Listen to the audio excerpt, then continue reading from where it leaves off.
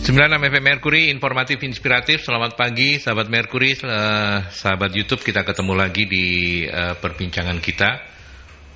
Nila, mungkin itu bisa dimatikan saja. Ya, oke. Kita ketemu lagi di perbincangan solusi bisnis dan sumber daya manusia bersama teman-teman dari Magnet Solusi Integrasi Consulting. Dan kali ini perwakilannya cuma satu, ada Devi yang sudah hadir di studio. Dev, apa kabar? Baik, alhamdulillah. Sehat. Baik, ya? Sehat. Oke. Devi tidak berani sendirian, atau mungkin Devi nggak ingin sendirian. Lebih tepatnya nggak ingin sendirian. Iya, ya. benar-benar. Siapa tamu kita, Dev? Oke, untuk hari ini ada tamu dari Mbak Siti Fatimatu Zahro, sarjana psikologi ya. Untuk saat ini beliaunya sebagai praktisi HR ya. Iya, Oke. Mbak Fatimah, selamat pagi, salam sehat. Iya, selamat pagi Bapak, Iya. sehat juga. Mungkin bisa lebih mendekat ke mikrofon ya. Jangan takut-takut, nggak gigit kok mikrofonnya. Oke. Apa kabar, Mbak? Alhamdulillah baik. Baik Pak. ya. Praktisi HR ya. SR, lebih tepatnya di rekrutmennya. Di rekrutmennya ya. Oke, itu pas banget dengan apa yang kita mau bicarakan hari ini, bagaimana proses rekrut talent ready. Mungkin Devi bisa mengawali seorang kandidat masuk dalam kategori talent ready itu seperti apa? Oke, talent ready itu Pak sebenarnya bisa diartikan sebagai kesiapan pola pikir ya, pola pikir, perasaan, perilaku, mental dan sebagainya. Di mana seorang kandidat biasanya kalau fresh graduate itu ada kesiapan tersendiri, apalagi belum ada pengalaman di bidang industri ya Pak ya. Pastinya dia harus mempertimbangkan mentalnya dia ketika masa kuliah sama masa kerja itu sangat berbeda. Terus gitu pola pikirnya juga harus disiapin juga, karena kalau di dalam dunia perkuliahan sama di dunia kerja itu beda. Kalau di dunia perkuliahan mungkin berkutat dengan pertemanan kayak gitu kan, materi kuliah dan sebagainya, kerja kelompok dan sebagainya. Tapi kalau di dunia kerja itu teamwork sama target. Beda lagi kalau misalnya manufaktur itu harus ada atasan juga, kemudian harus ada bisnis proses, kemudian ada visi misi perusahaan, itu kan harus dipersiapkan juga. Sebelum jadi talent ready, sebaiknya para fresh graduate ini memberikan atau menggambarkan dirinya, mau mensasarkan dia itu mau kerjanya di perusahaan apa, kayak gitu. Kalau bisa ada perusahaan yang ada perusahaan impian, biar dia punya tolak ukur. Dia harus seperti apa yang perlu disiapkan, kemudian apa aja sih skill yang harus dikembangkan dari dia, seperti itu. Oke. Sekarang langsung saja ke Mbak Fatimah. Mbak Fatimah kan tadi bilang lebih tepatnya di rekrutmennya begitu ya. Nah, sebagai seorang rekruter, kalau menilai seorang kandidat yang masuk kategori talent ready ini biasanya dikenali dari apa? Oh, dia ngomongnya lancar. Oh, ini apa-apa. Gimana, Mbak? Kalau dari saya sendiri, untuk talent ready yang benar-benar ready itu harusnya dia well prepared. Well prepared tuh bisa diartikan bahwasanya dia sebelum apply di perusahaan itu dia udah belajar itu. Oh iya, saya apply di perusahaan ini, backgroundnya apa, terus apakah ini industri bergerak di bidang apa, seperti itu. Jadi benar-benar tahu nih perusahaan yang dia apply ini bergerak di bidang apa, terus fit nggak sama backgroundnya dia, seperti itu. Jadi bukan hanya skill komunikasi saja juga ya, ada background check juga, terus ada kita biasanya juga ngecek untuk pengalaman kerjanya juga gitu ya. sih. Itu kalau istilah kita di marketing itu product knowledge-nya kita mesti tahu gitu ya. Iya, ya, perusahaannya itu seperti apa, dan nggak tangan kosong lah ya, nggak kosongan gitu, ada isinya. Dan itu penting banget memang. Iya, penting sekali nanti kedepannya, karena kan pada waktu untuk tahapan awal setelah screening CV nanti kan mereka untuk para job seeker ini yang sudah talent ready. Yeah, sekarang kan yeah. istilahnya talent ready ya. Talent ready, kalau ya. dulu kan job seeker, kalau sekarang kan talent ready istilahnya. Oh, talent ready ini apa, pencari kerja gitu dah. Pencari kerja Pak. yang emang Sudah ready. Walah Dep gini aja kok. Talent ready, talent Niko. Nah itu Niko. Iya, sekarang emang bahasanya agak beda, Pak. Memang Beda, istilahnya Pak. talent ready Iya. ya. Oke. Iya. Iya. Jadi selain kesiapan nggak gugup, komunikatif gitu ya. Dan yang juga penting itu adalah knowledge tentang perusahaan sama posisi yang dia lamar. Posisi yang dia apply begitu ya. Oke. Nah, pintu masuknya kan di CV ya. Iya, betul. Iya kan? Karena orang rekruter Mbak Fatima, Mbak Devi, dan mungkin juga yang lebih senior kayak Bu Novi, lihat pertamanya itu kan dari CV gitu ya. Iya, nah, CV. apa yang harus diperhatikan? Bagaimana kemudian kriteria CV itu yang menarik? Begitu rekruter ngelihat, wah keren ini pasti anaknya niat, pasti apa gitu. Oke, untuk CV sendiri ya, CV sendiri tuh mungkin pertama kali yang dilihat adalah desainnya. Tapi yang terpenting adalah dia penulisannya dia yang ada di situ. Dia pernah kerja di perusahaan ini, tahun kerjanya berapa lama periode dia kerja, terus dia ada di posisi apa, sama ada di job desk-nya dia. Kalau bisa dicantumkan, karena sepengalaman saya untuk CV yang masuk, mereka cuma supaya CV-nya terlihat menarik, tapi di dalamnya tuh saya nggak dapat informasi. Jadi yang informatif seperti itu. CV-nya itu harus informatif selain juga menarik ya. Dan juga menarik ya. Kategori menariknya apa sih Mbak Fatima? Yang eye catching itu apa yang menarik? Apa dikasih gambar-gambar bunga atau dikasih gambar-gambar apa? Okay. Untuk ini tergantung selera juga. Tergantung selera ya. Tergantung seleranya. Iya, tapi secara in general begitu. Secara umum gitu. Yang pertama kali eye catching itu seperti apa? Yang eye catching pastinya ada fotonya dia. Kalau bisa fotonya jangan foto yang sesuai. Yang action gitu. No, jangan Pak. Oh, bukan. Background kalau bisa merah atau biru, Pak.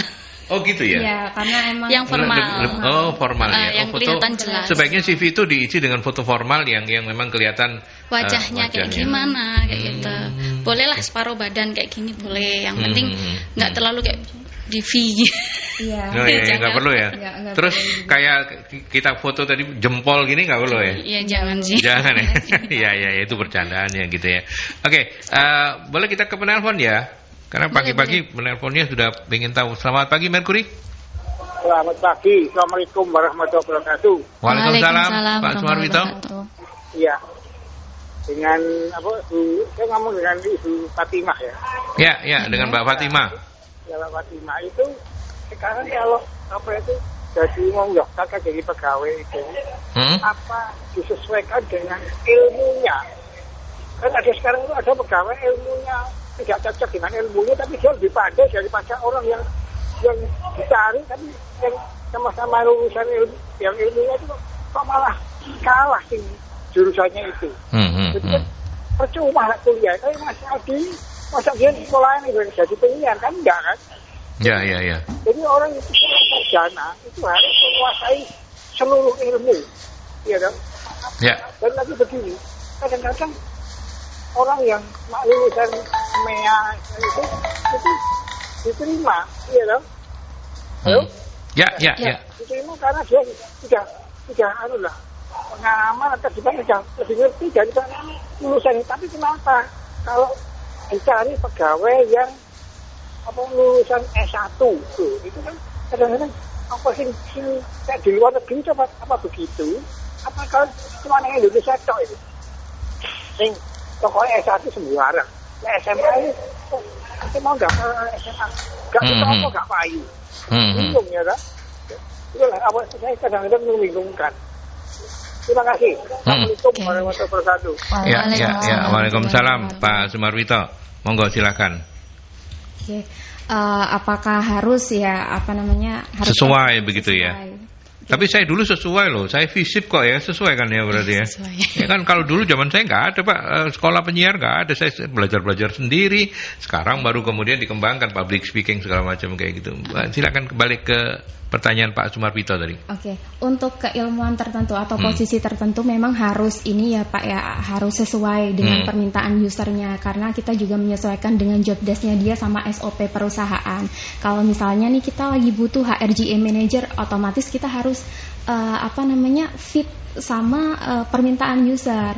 Seperti itu. Kalau misalnya di posisi lain, misalnya yang bisa dikerjakan oleh semua jurusan, kita bisa hire dari semua jurusan, seperti itu kurang lebihnya. Jadi ini berdasarkan posisi juga. Posisi ya. Dan pertanyaannya ini menarik karena memang cukup banyak lah ya. Benar, Pak. Sekarang ini yang tidak seperti itu. Sebelum ke Mbak Devi, saya ke Mbak Fatima lagi. Mbak Fatima, jadi pertimbangan kadang-kadang pelamar itu kan nggak ngelihat lah ya, dia Ngasal, ya. dalam pengertian karena dia memang butuh pekerjaan begitu ya. Sudahlah Aji mumpung lah ya. Pokoknya kalau lagi keberuntungan, kalau lagi laki ya keterima atau enggak. Tapi seperti apa kemudian batasan-batasan sampai sesuai apa enggak disiplin ilmunya? Kalau misalnya nggak sesuai, apa yang bisa membuat seorang rekruter tetap memberikan kesempatan? Oke, kamu step selanjutnya ya setelah interview ini apa?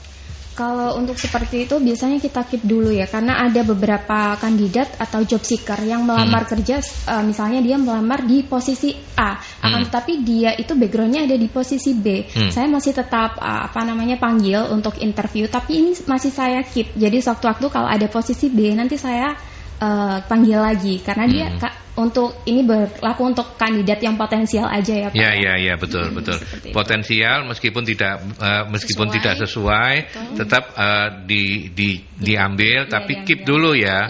Nah, itu untuk Anda yang mungkin mendengarkan program ini sedang mencari job seeker gitu ya. Ya, itu yang harus dipertimbangkan. Dev, tambahannya? Oke. Tadi selinier sama pendidikan. Kalau di fresh graduate rata-rata memang kita yang dituju adalah jurusannya. Kalau dia fresh graduate ada dua opsi kan, ada fresh graduate sama yang sudah berpengalaman mungkin 1 tahun sampai 2 tahun di perusahaan lain kayak gitu.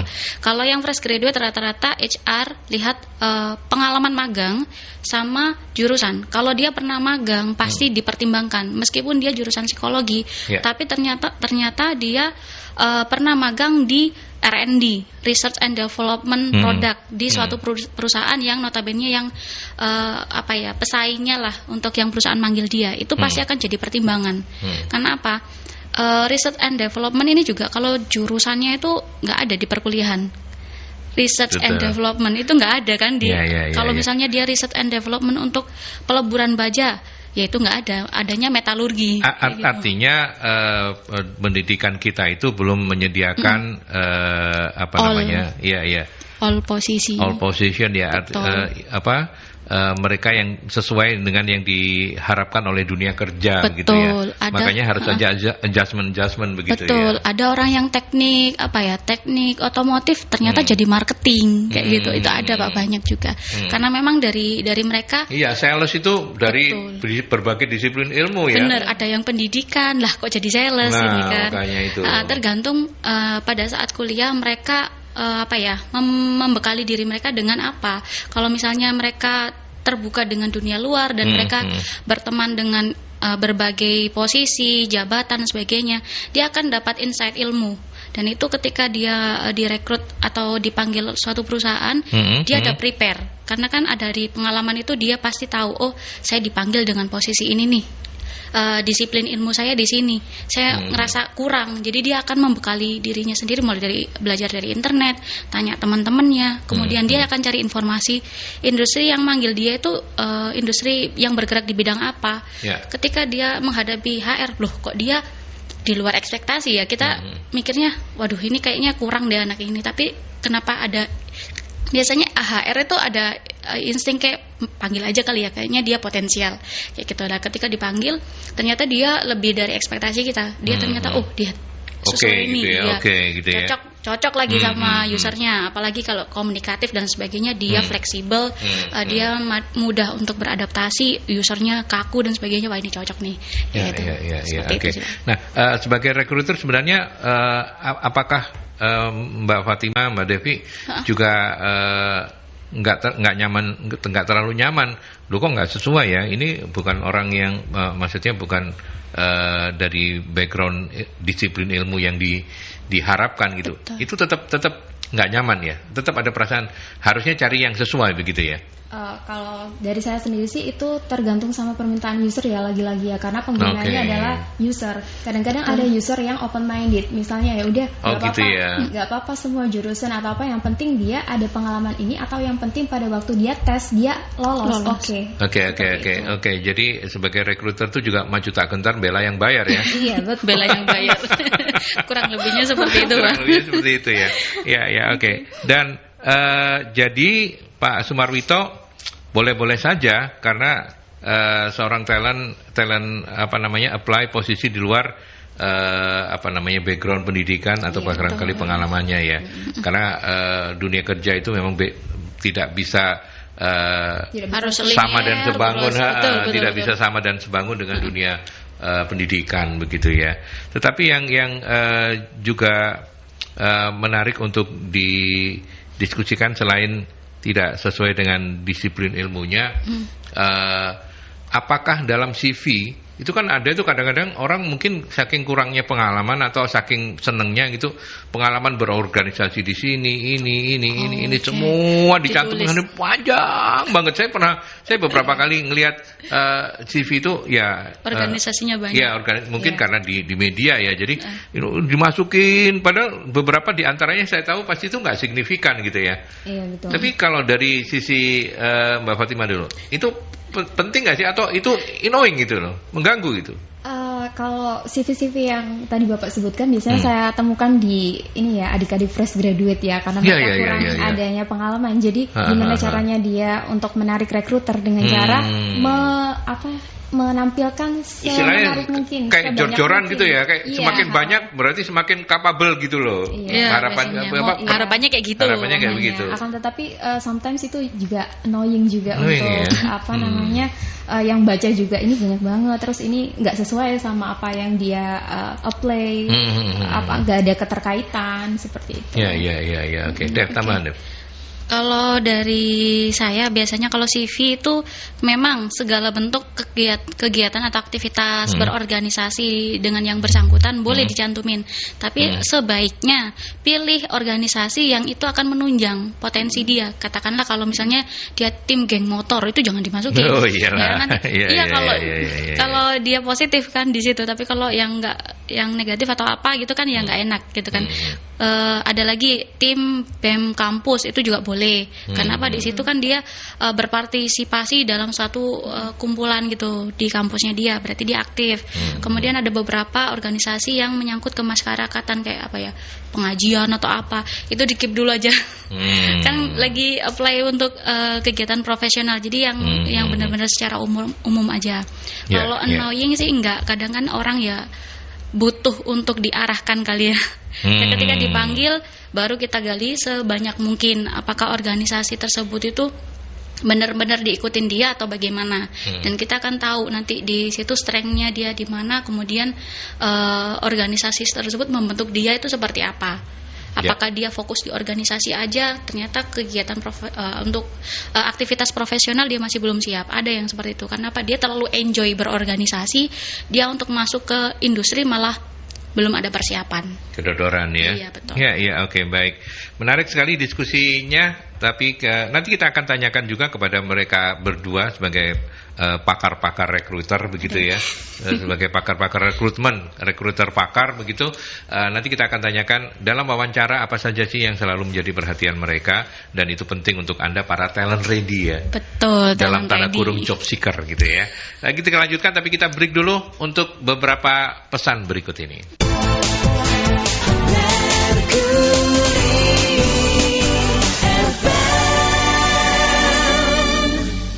Oke, sahabat Merkuri dan sahabat YouTube, kita lanjut kembali. Hari ini kita ngobrol-ngobrol di Solusi Bisnis dan Sumber Daya Manusia, masih bersama teman-teman dari Magnet Solusi Integra MSI Consulting. Ada Mbak Devi dan juga ada seorang praktisi HR, ya, rekruter yang selama ini sudah cukup banyak pengalamannya, Mbak Siti Fatimatul Zahro SPSI, dan kita ngobrol tentang bagaimana proses merekrut talent ready atau job seeker, ya. Tadi saya sebelum break menjanjikan untuk apa-apa saja yang diperhatikan oleh seorang rekruter dalam wawancara kerja. Ke Mbak Fatimah dulu. Oke. Apa saja yang harus diperhatikan untuk job seeker, ya, ketika interview terjadi. Itu sebenarnya pada waktu kita interview recruiter, dia ada formulir untuk penilaian sendiri, untuk formulir. Dari situ bisa ada penilaian untuk sikapnya, terus dari performance-nya, apakah dia komunikatif atau tidak, apakah dia knowledge-nya tentang posisi yang dia lamar itu apakah capable atau tidak, seperti itu kurang lebihnya formulirnya. Jadi nanti yang dinilai adalah kesiapannya. Jadi harus benar-benar well prepared. Jadi job seeker itu tadi. Job seeker yang well prepared berarti kan talent ready tadi. Gitu. Ya. Dan kalau misalnya cara berpakaian, terus kemudian maaf ini ya, ada yang keringetnya bau, itu pengaruh nggak ya? Saya punya pengalaman seperti itu, ya. Karena saya dulu pernah bekerja di perusahaan manufaktur sebagai staff rekrutmen di sana. Kebetulan saya lagi mencari kandidat untuk staff teknik di sana. Saya memang butuh staff teknik, tapi pada waktu saya interview pada waktu dia masuk di ruangan interview, aroma ruanganmu sudah langsung berubah, begitu, betul. Ya, Mbak Jadi Fatimah, ya? Itu membuat rekruter ilfeel, ya. Aduh, mau tanya apa ya, kayak gitu. Udah blank sudah. Aduh, kok nggak betah nih gitu dalam satu ruangan. Jadi pengennya cepet-cepet. Oh, untung saya tadi itu sudah pakai ini loh. Kawan tenang. Tenang ya. Gitu. Jadi penampilan juga harus diperhatikan. Penampilan terus ya kalau bisa wangi, tapi nggak usah sewangi-wangi apa. Yang penting nggak bau lah. Jadi cara membuat rekruter supaya dia nyaman, supaya kamu bisa memarketingkan diri kamu pada waktu interview kayak gitu, supaya si rekruter ini bisa menggali potensi apa saja yang ada di dalam diri kamu. Seperti itu. Oke.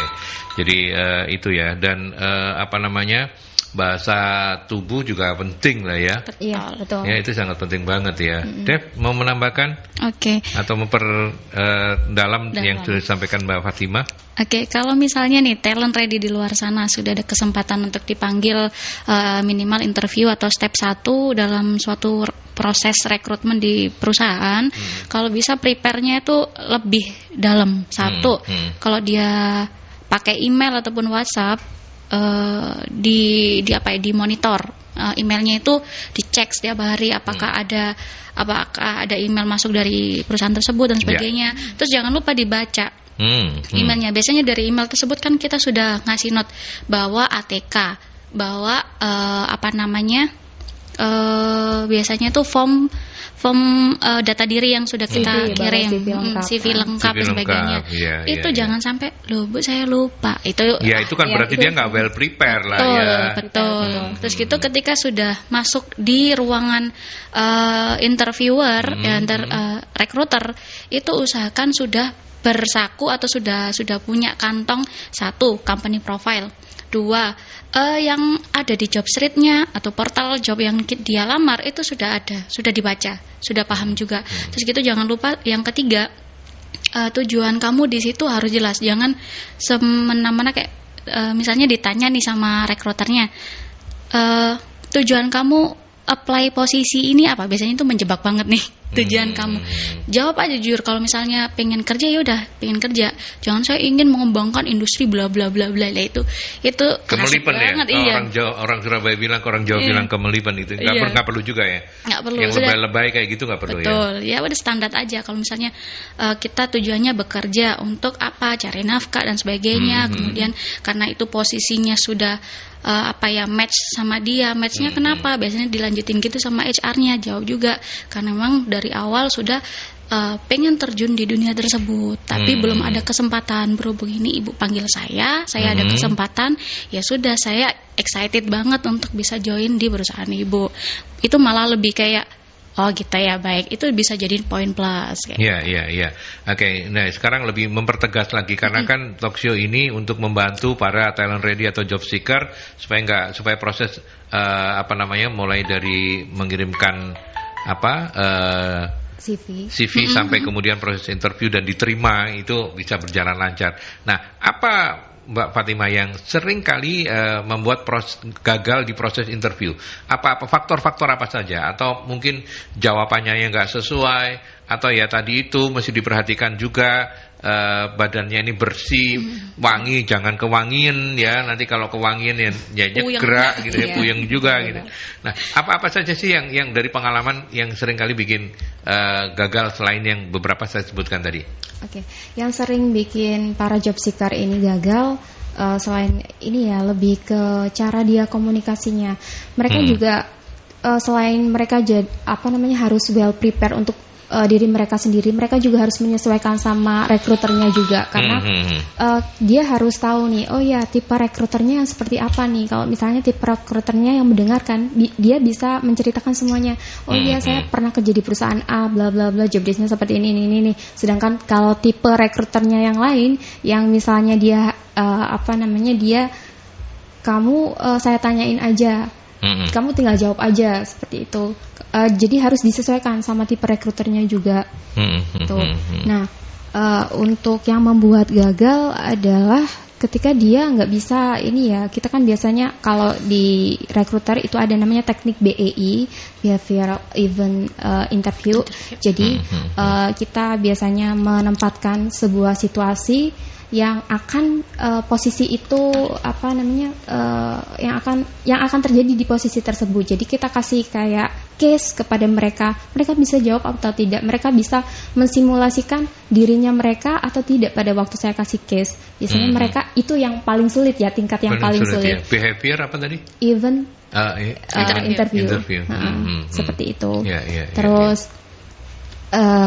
Terus yang lebih ini sih komunikatif reaktif. Sebenarnya komunikatif reaktif bisa dilihat dari awal pada waktu kita manggil dia interview gitu. Apakah dia membalas WA kita, misalnya kita panggilnya melalui WA atau melalui email, apakah ada responsif atau tidak, dia balas atau tidak, itu merupakan nilai plus sebenarnya. Smiling face itu penting banget ternyata memang ya. Benar. Iya kan? Betul. Karena apalagi teman-teman yang kayak saya di siaran itu yang selalu mengajarkannya adalah smiling face. Jadi orang nggak bisa ngelihat tapi orang bisa mendengarkan bahwa suara kita itu menggambarkan kita lagi ceria. Halo, apa kabar? Gitu kan beda. Halo, apa kabar? Nah, itu kan beda banget gitu ya. Nah, itu ternyata penting banget ya. Iya, penting. Ojo metutut gitu ya. Iya, benar, bahasa Jawa kayak gitu. Nah, meskipun misalnya ketika berangkat dari rumah menuju ke tempat interview itu bane gembos atau digenjret mobil sampai di sana ya ojo metutut ya. Benar, jangan gimana sampai caranya? gitu. Kira-kira kayak gitu ya. Oke, baik. Ini ada beberapa pertanyaan. Terima kasih untuk sahabat-sahabat Mercury. Saya mulai saja dari Pak Hamka. CV kalau zaman dulu tulisan tangan bisa berpengaruh pada talent ready karena mungkin orang bisa ngelihat tulisan tangannya bisa kelihatan ya. Nah, kalau sekarang pakai komputer bagaimana gitu. Terus kemudian apa hanya pengalaman kerja yang jadi perhatian utama? Oke. Kalau dari CV dulu, iya memang benar bapaknya dulu kan masih ada tulisan tangan ya. Kalau orangnya rapi, tuh orangnya kayak gini karakternya. Kalau saya miring-miring gitu. Ya, miring-miring. Biasanya kalau yang tegak lurus bulat-bulat itu orang accounting. Kecil-kecil gitu ya. Dia udah tahu loh itu. Iya. Kalau misalnya sekarang karena memang zaman semakin kesini semakin berkembang ya Pak ya. Jadi harus menyesuaikan juga. Kalau misalnya kita memaksakan diri untuk memakai tulisan tangan, ya boleh-boleh aja. Palingan kalau HR-nya milenial ditanya, loh kok gini nih, gimana? Kadang tuh kurang lengkap. Karena apa? Kalau ditulis tangan kan capek ya. Pengalaman kerja ini harus dijelaskan detail. Tapi kalau di CV PDF pakai komputer itu dia lebih simpel satu. Yang nomor 2, dia bisa menjelaskan ketika ada tahun sekian sampai sekian posisinya ini, kemudian di PT ABC, kemudian job desk-nya apa aja ini bla bla bla bla. Dia juga ada prestasi itu bisa dicantumkan di situ. Kemudian pengalamannya lagi, organisasi dan sebagainya itu bisa dicantumkan dan itu simpel. Bisa dikecilkan, bisa dibesarkan asalkan itu bisa kebaca oleh tim rekruternya. Kayak gitu. Terus kemudian kalau soal pengalaman kerja itu jadi perhatian utama nggak? Pengalaman kerja, kecuali kalau dia sudah usia di atas 25 biasanya kita cari pengalaman. Kalau dia kalau dia fresh graduate itu tidak terlalu jadi ini ya. Biasanya kesempatan kerja untuk fresh graduate juga tidak terlalu butuh pengalaman kerja begitu. Benar. Kira-kira itu biasanya di job portalnya sudah tercantum di situ. Kalau industri atau recruiter itu welcome sama fresh graduate, silakan apply. Tapi kalau misalnya di situ hanya tertulis untuk orang berpengalaman 5 tahun, katakanlah itu manajer HR ya, dengan jurusan bebas atau all jurusan lebih disukai psikologi dan sebagainya. Dan di bawahnya minimal pengalaman 5 tahun sebagai supervisor atau koordinator atau bahkan manajer 1 tahun. Itu ya kalau fresh graduate ya jangan melamar, Pak. Kalau dari saya. Iya. Bingung kan, rekruternya bingung. Lah ini pengalamannya dari mana? Ini belum ngadepin. Ini manajer ketika dihadapkan dengan berbagai macam persoalan. Bener yang kayak ada hubungan industrialnya yang hukum kayak gitu, itu dia kan pasti kebingungan. Benar. Dia kepentok masalah-masalah yang legalitas kayak gitu, bingung lah ini gimana. Kecuali yang backup yang punya industri sendiri, Pak. Itu beda lagi. Betul. Mau menambahkan soal pengalaman kerja dan CV yang tulisan tangan? Singkat saja. Untuk pengalaman kerja saya lebih menambahkan ini sih, pada waktu jam-jam tertentu aja, pada waktu supaya mereka cepat ya di calling sama HRD atau sama recruiter. Tolong perhatikan untuk kelengkapan berkasnya. Dari situ kita bisa tahu, recruiter bisa tahu seberapa niat sih orang ini untuk untuk ada di posisi ini atau untuk apply gitu. Misalnya dari SKCK yang diperbarui atau kelengkapan administrasi lainnya, atau ada jam-jam tertentu misalnya jangan kirim CV atau surat lamaran kerja di ini ya malam ya. Itu saya sering email masuk malam. Kalau bisa itu di jam-jam yang office hour ya? Office hour jam 8. Kalau saya sih biasanya jam 8 sampai dengan jam 3 aja. Sampai jam 3 aja. Ya artinya takutnya nanti kelewat gitu ya. Sayang banget kan udah effortnya udah lumayan sampai ngirim email, setelah itu ngirim emailnya di jam-jam yang membuat kita juga, jadi takutnya kesusul sama email-email yang lain dan nggak kebaca gitu. Bisa jadi kayak begitu kan Pak Fatima ya? Bisa. Gitu kan? Karena email masuk terus ya. Ya, oke. Terus kemudian Pak Arief di Surabaya, saya sering membaca lowongan kerja di mana di situ disebutkan kriterianya, misalnya harus lulusan apa dan dari fakultas ternama dan sebagainya. Apakah kriteria ini belum mencukupi untuk masuk kategori talent ready? Maksudnya? Oke. Sudah biasanya mencukupi ya? Untuk apa ini mencukupinya? Untuk ketika ada jurusan misalnya nih, kalau saya psikologi untuk universitas bla bla bla minimal akreditasi B kayak gitu ya.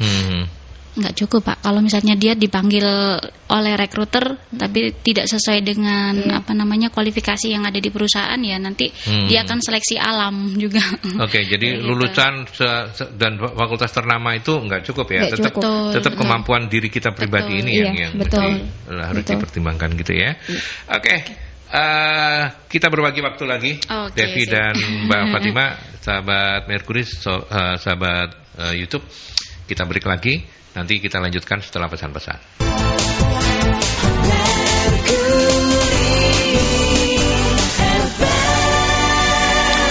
Baik, kita lanjutkan kembali. Terima kasih untuk sahabat-sahabat Mercury. Bu Sundari, ada yang ingin sedikit saya luruskan ya dari pertanyaan Anda. Ada lowongan kerja yang isinya menyebutkan lulusan apapun bisa melamar asal S1. Bagaimana cara kita tahu talent ready kalau seperti ini? Apakah talent ready sama dengan rekrutmen? Ini yang mungkin mohon maaf Bu Sundari, saya tadi juga baru Talent ready itu adalah istilah yang tidak terlepas satu dengan yang lain. Bukan talent yang ready gitu, bukan begitu ya. Betul. Tapi talent ready itu sama dengan job seeker, pencari kerja. Betul. Itu istilahnya Iya. sekarang talent ready, gitu Tapi ya. ada persiapannya kayak gitu. Ini cukup jawaban dari saya saja begitu ya. Kemudian Mbak Dewi, bagaimana dengan perusahaan yang proses rekrutmennya melalui online? Oke. Bagaimana caranya kita bisa mengetahui talent ready seseorang? Nah, ini juga mungkin pertanyaan kedua sudah kejawab dengan tadi ya, Betul. bahwa talent ready itu artinya adalah job seeker, identik dengan job seeker, pencari kerja.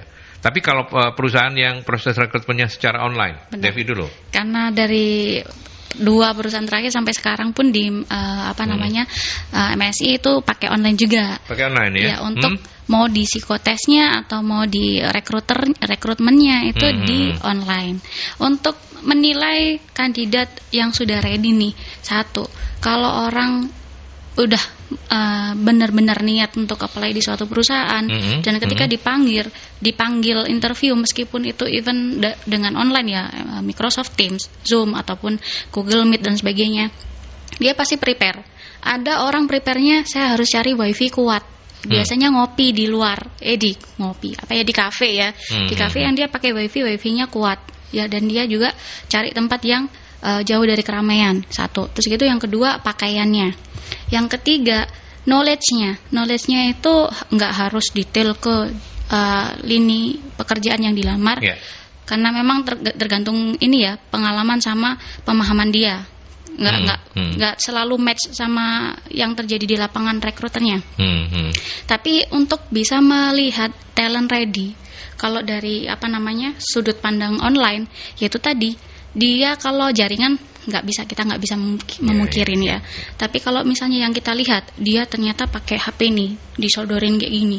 Ini kan kita kelihatan hidung doang nih, atau gini doang. Lah kan itu kayak foto ya, di dongakin itu jangan sampai kayak gitu. Yang HP-nya ditaruh set, kemudian dia pakai earphone atau apa yang sekiranya suara dia jelas dan dia juga jelas dengar suara dari rekruter. Kemudian dia bisa menyampaikan informasinya dengan enak. Kayak gitu, itu prepare banget kalau seperti itu. Tapi kalau misalnya ada beberapa case, katakanlah dia posisinya sebagai admin produksi, ini biasanya identik dengan mereka yang ala kadarnya. Kalau admin di perusahaan manufaktur atau perusahaan apapun itu, yang adminnya produksi, itu pasti habitnya masih kayak operator ya, masih kayak orang lapangan. Jadi dia apa adanya, sudah HP-nya kayak gini terus gitu dia ngomong ngeblur dan sebagainya. Itu kita sebenarnya bisa menilai pengalamannya dia, tapi tidak dengan maksud dia itu apa sih kok gini kan, jadi nggak jelas. Kita nggak jelas ya. Bener. Jadi ngerasa kayak nggak ada harganya gitu di mata kandidat. Jadi jangan seperti itu. Itu kayak attitude-nya lah kalau misalnya prepare yang seperti itu. Sebaiknya ya sekiranya kalau kita menghadapi orang baru terus gitu, yang kita sayang harus seperti apa, kayak gitu aja. Oke. Orang yang disayang loh. Iya, orang disayang loh. Silakan Fatima memperjelas apa yang disampaikan oleh Mbak Devi. Bahasanya bersayap terus. Iya, betul. Maklum kan baru. Iya. Mbak Fatima, bagaimana kalau online? Kalau online tadi sudah sedikit banyak sudah dijelaskan sama Mbak Devi juga ya. Untuk pemilihan background juga, background misalnya dia kriterianya siap atau enggak itu bisa dilihat. Oh ya, dia sudah mempersiapkan roomnya ini supaya tidak terdengar dengan berisik atau enggak. Terus provider tadi kan. Terus untuk kesiapan bajunya juga, karena ada beberapa yang pada waktu saya interview untuk ya betul untuk ini tergantung pada levelnya juga ya kita hire-nya, apakah level staff, apakah level SPV manager. Kalau level SPV manager mereka sudah well prepare banget, udah tahu harus seperti ini, harus seperti ini. Karena udah pengalaman lah ya. Kalau untuk fresh graduate atau mungkin level-level operator, biasanya mereka lebih ke kita sebagai recruiter juga ikut bingung sendiri kadang-kadang. Gitu. Selain untuk tes online juga, kita kan juga bukan hanya interview juga, nanti kita ada serangkaian tes juga, ada psikotes. Kalau saya dulu pakai psikotes online juga sama pakai interview. Jadi psikotesnya juga online ya? Iya, nanti ada psikotes online yang kadang-kadang ada ada yang sudah disiapkan sama perusahaannya. Jadi kita cuma menampilkan aja melalui Zoom. Kadang-kadang kita kasih time-nya juga sesuai dengan pada waktu kita ngerekrut offline kayak gitu. Jadi itu ada serangkaian proses. Seperti itu. Baik. Mudah-mudahan menjawab ya Mbak Dewi tadi kalau saya nggak salah. Saya menyapa Ibu Vita. Terima kasih Ibu Vita, selamat pagi. Saya ibu yang punya anak memasuki masa-masa mencari kerja. Apa saja yang perlu dipersiapkan saat akan interview selain tahu info tentang perusahaan yang di-apply? Itu pertanyaan pertama. Yang kedua, untuk psikotes, pertanyaan apa yang biasanya ada? Bisa dicontohkan. Bu Vita ini sayang banget sama anaknya ya. Iya. Mau ngasih bocoran-bocoran gitu ya. Bentar. Ya, silakan. Oke. Kalau ke Bu Vita ya, untuk biasanya orang tua yang perhatian banget sama anaknya kayak gini, anaknya yang cari kerja yang ribet ibunya. Iya. Benar. Tapi itu memang nanti suatu saat Devi akan merasakan. Oh iya. Mulai Apalagi dari sudah anak-anak gap year. masih sekolah. Sekolah. Diajarin. Itu ada teman saya namanya Nila, itu anaknya sekolah gitu ya. Yang repot emaknya gitu. Bener. Bikinin pekerjaan tangannya dan segala macam. Kreativitasnya. Sampai sekarang kayak gitu. Oh, inisialnya bagus banget ya, langsung Mbak Nila gitu. Oh, iya. Ada teman saya, teman baik gitu. Oke. Iya. Oke, untuk Bu Vita ya, satu ya company profile pasti. Yang kedua job desk-nya. Itu usahakan anaknya sudah ada sedikit background yang merepet lah dengan pengalaman yang dicari. Karena job desk itu selalu di setiap lowongan pekerjaan selalu disampaikan ya. Benar, ini kualifikasinya ini, benar, job desk-nya ini gitu ya. Oke. Terus kemudian komunikasi anaknya itu juga perlu disesuaikan juga gimana caranya ngadepin orang atau rekruter di luar sana, bukan sebagai seorang ibunya yang latihan. Misalnya ibunya seorang HRD nih, terus gitu anaknya dilatih kan, gimana gitu kan ya nggak enak nanti. Panggilnya aku kamu juga jangan, kayak ibu terus gitu bapak, meskipun dia agak sedikit muda ya kita sama ratakan aja bapak sama ibu seperti itu.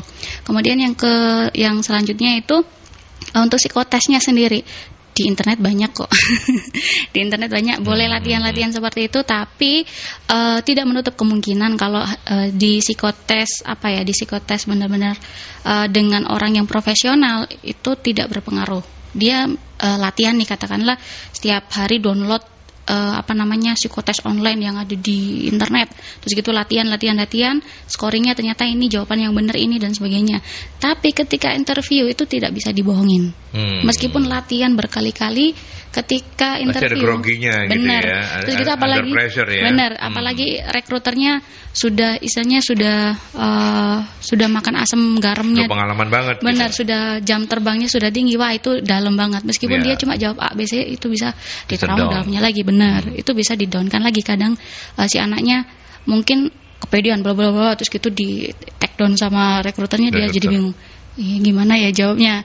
Nah, itu yang penting mengalir aja sesuai dengan apa sebenarnya yang terjadi. Kalau kondisi kayak begitu tuh tujuan dari rekruter apa sih? Ngetes ini ya, menggali dan ngetes struggle-nya si anak ini sampai seberapa ini gitu ya. Apalagi manufaktur itu yang cenderung kayak situasinya kan nggak stabil ya untuk masalah mental atau kayak gitu. Jadi dipersiapkan seperti itu. Apakah dia sudah ready nih untuk kesiapan mentalnya? Apakah dia sudah siap di posisi yang dilamar atau enggak tadi aji mumpung. Kalau aji mumpung boleh asalkan kita sudah siap. Yang namanya talent ready adalah dia sudah siap. Nggak hanya sekedar siap, oke saya siap, tapi prepare di belakangnya nggak ada, jangan sampai seperti itu. Oke, baik. Silakan Mbak Fatimah menambahkan jawaban untuk Bu Vita. Oke, saya mau menjawab untuk Bu Vita tadi ya. Saya lebih tekankan ke psikotesnya ya, karena saya di perusahaan manufaktur pada waktu saya bekerja sebelumnya lebih ke psikotesnya dulu ya, untuk screening awal. Apakah dia untuk perusahaan-perusahaan yang udah berkembang ya Pak ya, kelas menengah ke atas itu ada SOP-nya sendiri. Oh iya, dia ini harusnya untuk psikotesnya nilai IQ-nya segini loh standarnya. Terus untuk kepribadiannya harusnya seperti ini begitu. Jadi untuk mungkin putra atau putrinya Bu Vita tadi ya bisa belajar dulu untuk gimana sih psikotes. Jangan lupa kalau belajar itu jangan mepet pada waktu sekarang gitu. Maksudnya itu kan juga berpengaruh juga pada waktu besoknya dia mau psikotes tapi dia udah kecapean. Betul. Jadi nanti dia nggak perform, yang awalnya dia bisa jawab, akhirnya dia nggak bisa jawab karena ada psikotes online itu kan, apalagi yang untuk mengukur kecerdasan itu punya waktu ya. Iya. Itu butuh kondisi fit lah ya. Harus butuh kondisi fit. Jadi kadang-kadang rekruter juga menginformasikan kan, biasanya 1 hari sebelumnya kalau psikotes itu 1 hari sebelumnya. Jadi mereka ada persiapan nih untuk belajar dulu biar besoknya nggak kebut sistem kebut SKS sistem kebut semalam gitu ya. Oke, baik. Kita waktu kita memang tidak panjang lagi dan untuk membantu Bu Vita, membantu sahabat-sahabat Merkuri yang sudah bergabung tadi, mungkin untuk putra-putrinya atau barangkali juga kalau misalnya teman-teman job seeker sedang mendengarkan program ini, saya ke Mbak Fatima, terus kemudian nanti closing statementnya juga dari Devi. Bagaimana tips dan trik agar lolos seleksi untuk interview, silakan. Atau bagaimana untuk job seeker ini bisa sukses gitu. Oke. Untuk job seeker, para job seeker, tolong ini nasihat saya aja ya sebagai rekruter yang sudah sering baca CV-CV yang udah dikirimkan kalian melalui email, baik job portal lainnya seperti itu. Yang pertama adalah CV, ya, karena rekruter melihat dari CV itu tadi. Nanti setelah CV, proses screening CV ya namanya, screening CV udah, nanti mereka dipanggil tuh sama rekruternya. Kalau udah dipanggil, mereka akan ada psikotes sama ada interview. Biasanya satu serangkaian psikotes dulu baru interview. Kadang-kadang juga ada yang interviewnya bagus banget.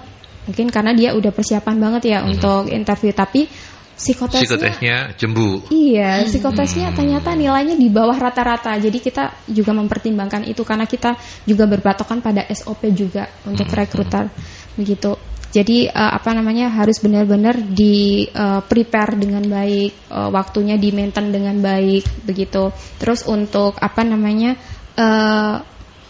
lowongan kerja yang ada, misalnya kalian harus juga baca dengan baik job spec-nya apa.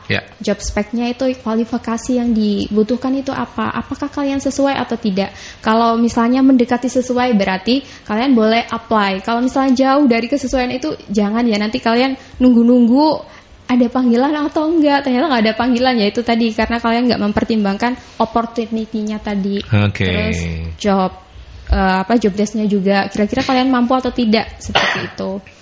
Begitu. Terus satu lagi ini ya, biasanya kan untuk rekruter biasanya mereka sering ngasih pertanyaan-pertanyaan terus kan tuh sama interviewee ya. Sama interviewee. Terus mereka pasti di akhir kesempatan itu dikasih kesempatan juga untuk bertanya. Itu gunakan kesempatan bertanya dengan baik, karena selama ini banyak yang berdasarkan pengalaman saya, mereka tidak menggunakan kesempatan yang saya berikan kepada mereka dengan baik. Misalnya mereka takut kali ya Mbak Fatima ya. Takut pertanyaannya nggak bermutu, takut mungkin mungkin udah makan gitu.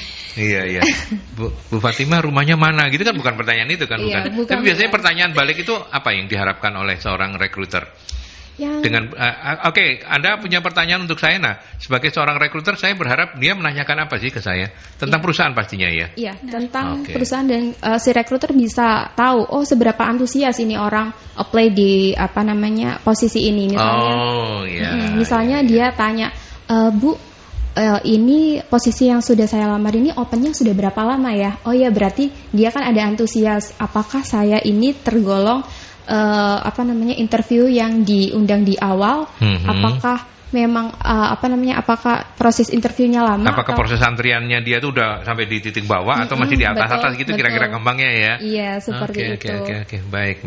Tapi Menarik. jangan langsung nanya gaji ya, karena ini kalau proses untuk interview gaji itu ada tahapan sendiri. Biasanya setelah tahap 1 udah selesai, tahap 2 nanti akan ada interview soal gaji, nego gaji, dan lain sebagainya seperti itu. gitu ya. Baik. Devi sekarang closing statement juga sekaligus.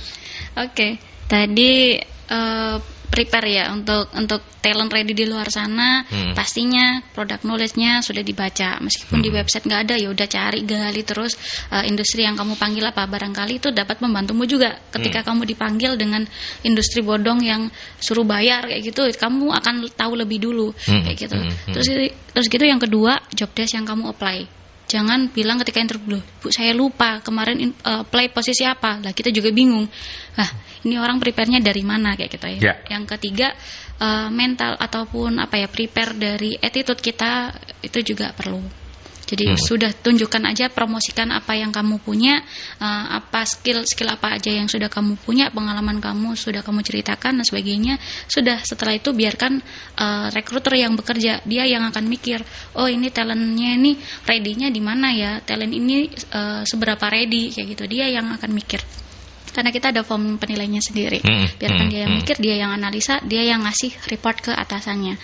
Untuk selanjutnya ya talent ready-nya yang akan sabar untuk nunggu proses kayak gitu. Atau ketika sudah selesai interview, besoknya tunggu 3 hari setelah proses interview, kamu boleh follow up. Bapak Ibu, saya mau menanyakan follow up rekrut di hari ini, apakah saya lolos untuk step selanjutnya atau enggak. Itu boleh ditanyakan. Karena ya kita nggak boleh nunggu rekruter untuk ngabarin kita. Kadang kan ada yang ngabarin, ada yang nggak ngabarin. Kita nggak usah nunggu. Kita follow up sendiri aja, nggak apa-apa. Gitu. Oke, baik. Itu ya perbincangan saya bersama 2 pakar, 2 rekruter handal. Yang sudah cukup banyak makan asam garam. Bukan cuma asam, tapi garam juga dimakan. Ya, ada Mbak Siti Fatimatus Syahro SPSI, seorang praktisi HRD. Terima kasih banyak ya Mbak Fatimah ya. Sehat-sehat terus ya. Ya, sukses selalu untuk karirnya. Kemudian Devi juga thank you ya, Dev. Iya Pak, terima kasih. Sampai kita ketemu minggu depan ya. Iya, ketemu terus. Oke, baik sahabat Mercury, sahabat YouTube, sampai di sini saya menemani Anda di dialog solusi bisnis dan sumber daya manusia bersama Magnet Solusi Integra MSC Consulting. Dan untuk Anda sahabat Mercury yang tertinggal dengan program ini, silakan untuk Anda menontonnya melalui akun YouTube-nya Mercury di Radio Mercury 96. Radio Mercury 96. Anda bisa ikuti kembali perbincangannya. Jangan lupa untuk like, komen dan subscribe juga Radio Mercury 96. Saya Aldi pamit, kita ketemu lagi di lain kesempatan.